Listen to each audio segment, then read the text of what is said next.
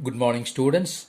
We will look into next topic, state parties. We have seen the national parties, state parties. Other than these seven parties we have seen, most of the major parties of the country are classified by the Election Commission as state parties. These are commonly referred to as regional parties.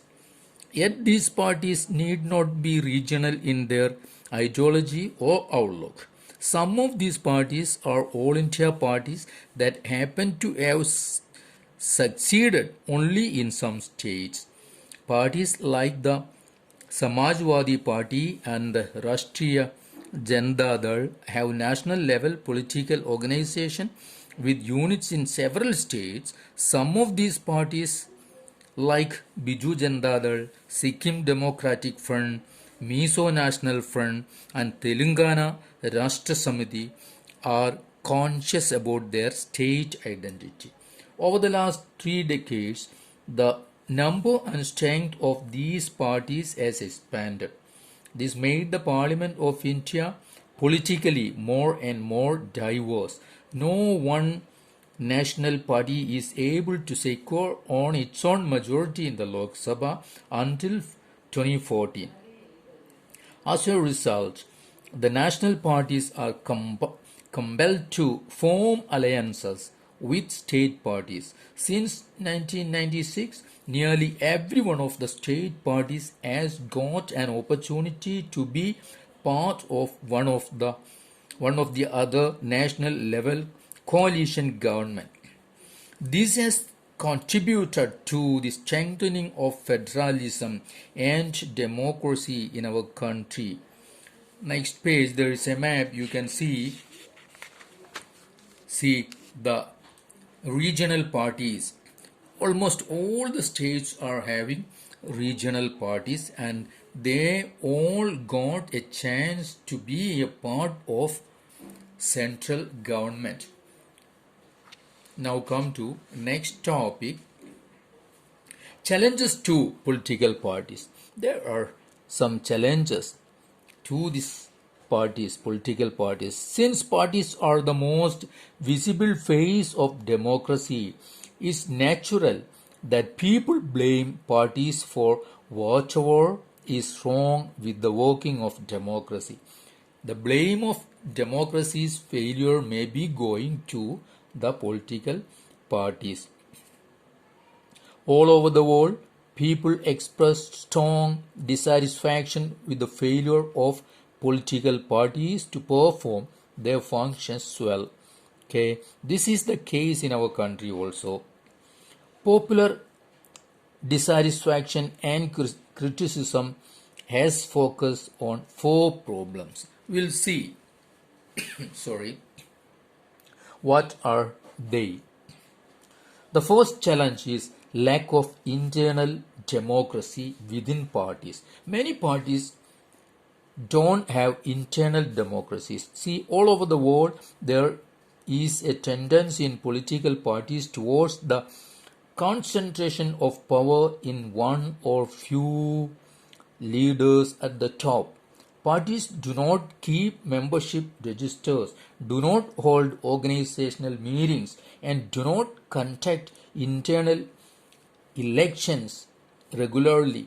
Ordinary members of the party do not get sufficient information on what happens inside the party. Okay, so they do not have the means or the connections needed to influence the decisions. As a result, the leaders assume greater power to make decisions in the name of the party. Since one or few leaders exercise paramount power in the party, those who disagree with the leadership find it difficult to stay in the party. More than loyalty to party principles and policies, personal loyalty to the leader becomes more important in most political parties. The second challenge of dynastic succession is related to the first one. See, you might have seen that many political parties, see, do not practice open and transparent procedures for their functioning. There are very few ways for an ordinary worker to rise to the top in a party. Those who happen to be the leaders are in a position of unfair advantage to favor people close to them or even their family members. In many parties, the top positions are always controlled by members of one family. This is unfair to other members of that party. This is also bad for democracy since people who do not have adequate experience or popular support come to occupy positions of power. See, this tendency is present in some measure all over the world, but including in some of older democracies. But it's too much in India.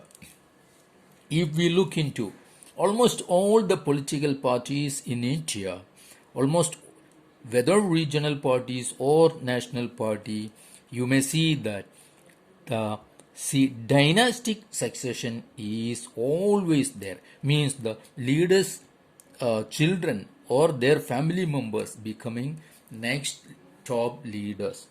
Come to next. See about the growing role of money and muscle power. That's too much these days in political parties. See, since parties are focused only on winning election, now the most important aim of any political party is to win elections. They tend to use shortcuts to win elections.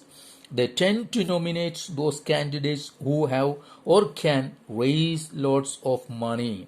Rich people and companies who give funds to the parties tend to have influence on the policies and decisions of the party.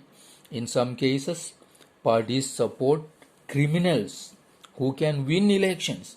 So Democrats all over the world are worried about the increasing role of rich people and big companies in democratic politics in India as well.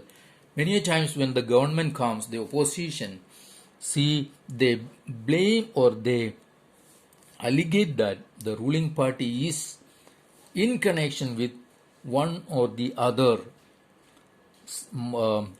corporate companies or the big business houses of India. So next is this challenge. The next challenge is that very often parties do not seem to offer a meaningful choice to the voters. Political parties may not give enough choices to the public voters to choose from. Parties must be significantly different. In recent years, there has been a decline in the ideological difference among parties in most parts of the world, in India as well. See, if we take example of two parties of England, the Labour Party and Conservative Party, there is very few difference or difference is very little. Okay, both parties are somewhat similar, but they were ideologically very different earlier, but now there is not much difference. Like that we come to India also. Our parties also, whether right or centrist or leftist, there is not much difference among the parties. So there is no choice for the voter or the public common man to choose from the candidates that are given by the political parties.